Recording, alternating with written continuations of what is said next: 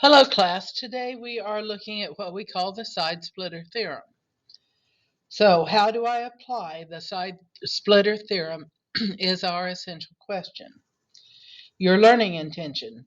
I'm learning to find missing links using scale factor in the side splitter theorem. So there is a warm-up question.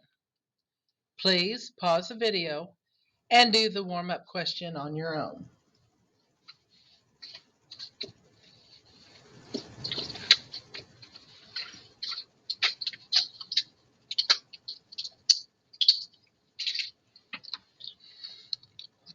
Well, I hope you tried. So as you're looking at this, we're trying to decide if these two triangles are similar.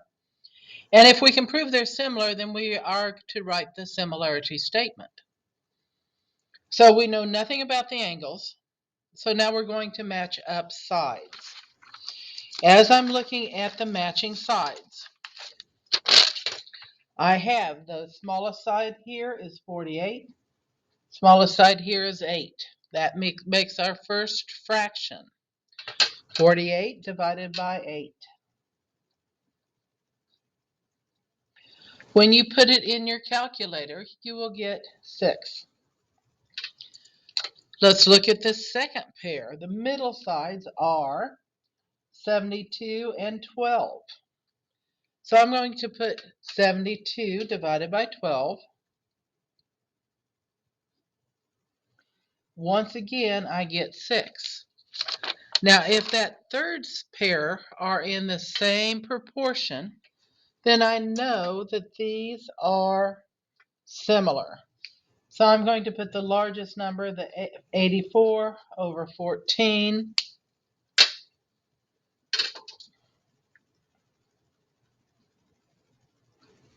Once I get 6. So they're all in that same proportion. So now I know that they are similar. So triangle CBA is similar to triangle. Okay, from C to B is the smallest side. From B to A is the middle side. So I've got to go small side, middle side. F, G, H. This is by. Side, side, side. And we're done. Okay, if you are still struggling, please do some more practice.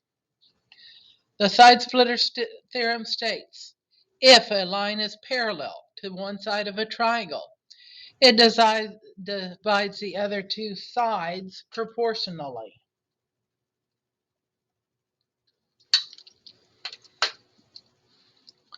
Okay, so I've got my parallel lines.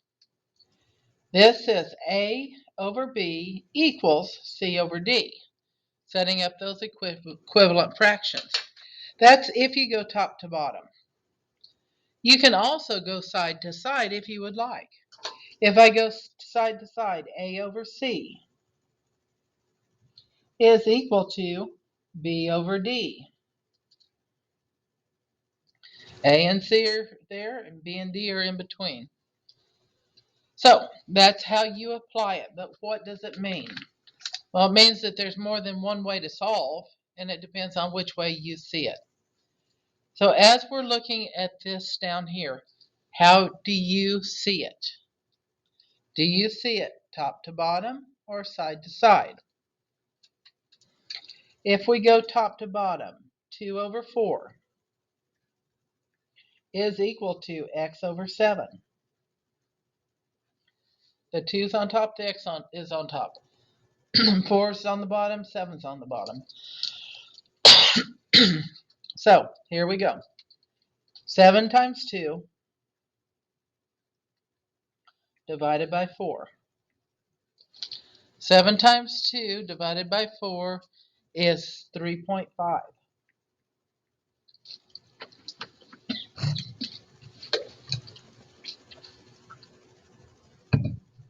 Now to go the other way, if we go side to side, 2 over x equals 4 over 7.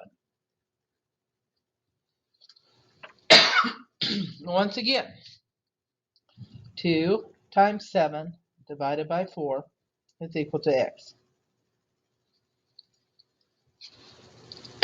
14 divided by 4 would be 3.5 again.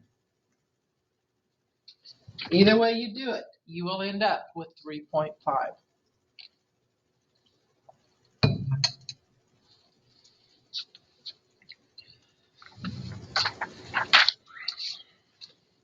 Okay, now this one's a little bit trickier. If you're looking, you've got two triangles. One is nested inside of the other. So if I cover up this much, I see that my first fraction is 5 to 4, 5 over 4. Now I need to look at my other triangle.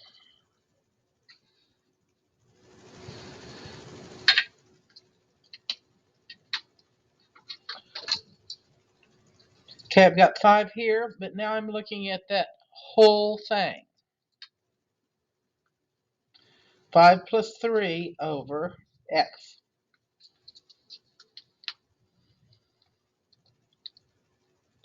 You cannot just use 3. You've got to use a whole side because you've used both sides here. Both of those numbers are for a whole side of your triangle. This 3 is not for a whole side of your triangle. So this is 5 over 4 is equal to 8 over x. And we do 8 times 4 divided by 5.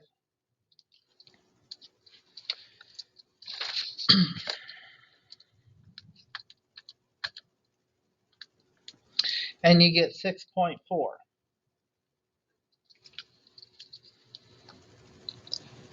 Okay. Let's look at this one down here. How do you see it? Do you see it top to bottom or side to side? Pause the video and try to set it up on your own and then check your answer.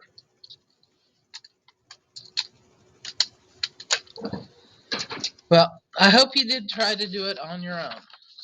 If you didn't, think about the process. If I go top to bottom, 21 over 15 is equal to 4x minus 16 over 20. That's one way to do it.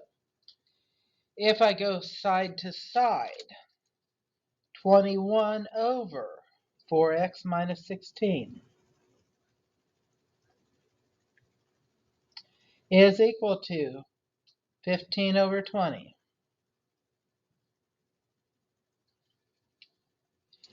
Any questions?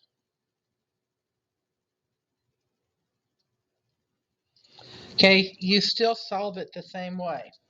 21 times 20 times 21 divided by 15, or 20 times 21, 21 times 20 divided by 15.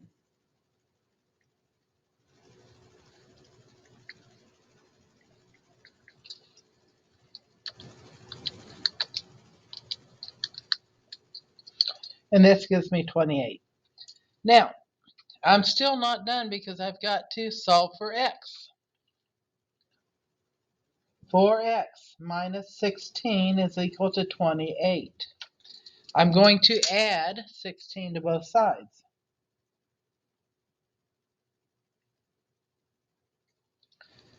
4x is equal to 44.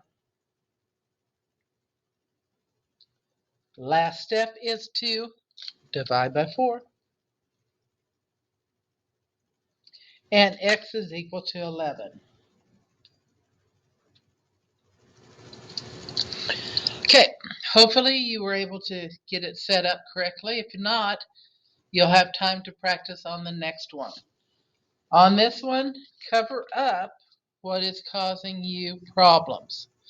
So if I'm looking for x, I would hide this much, and that makes it pop out what I need to see. Once again, there's two different ways to do it, top to bottom or side to side.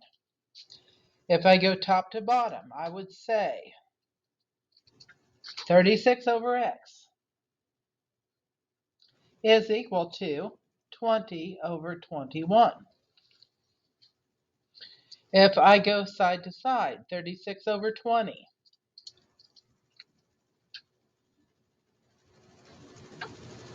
is equal to x over 21.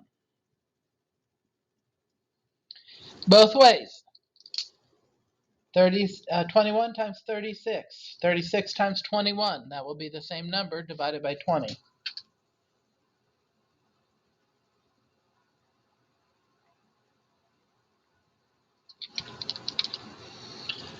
And that would end up as 37.8.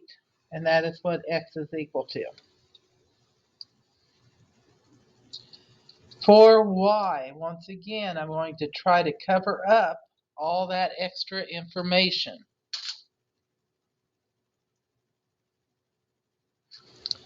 Okay, so as I get that covered up, I'm seeing that 36 and 20 are still there. So I could start with 36 over 20. Now I drop down y over 22.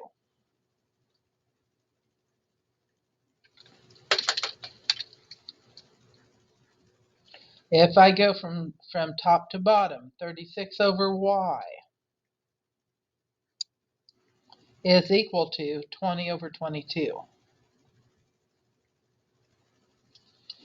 If you notice, you're taking 22 times 36 divided by 20. 36 times 22 divided by 20. You will get the same answer.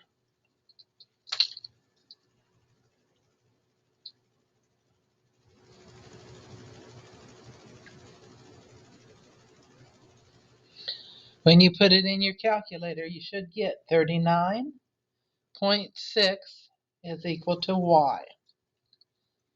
So this takes a little practice. It takes a little bit of concentration to get rid of the extra information that you don't need to find the information that you do. I know I'm successful when I can identify similar figures and find missing measures. So this is the side splitter theorem.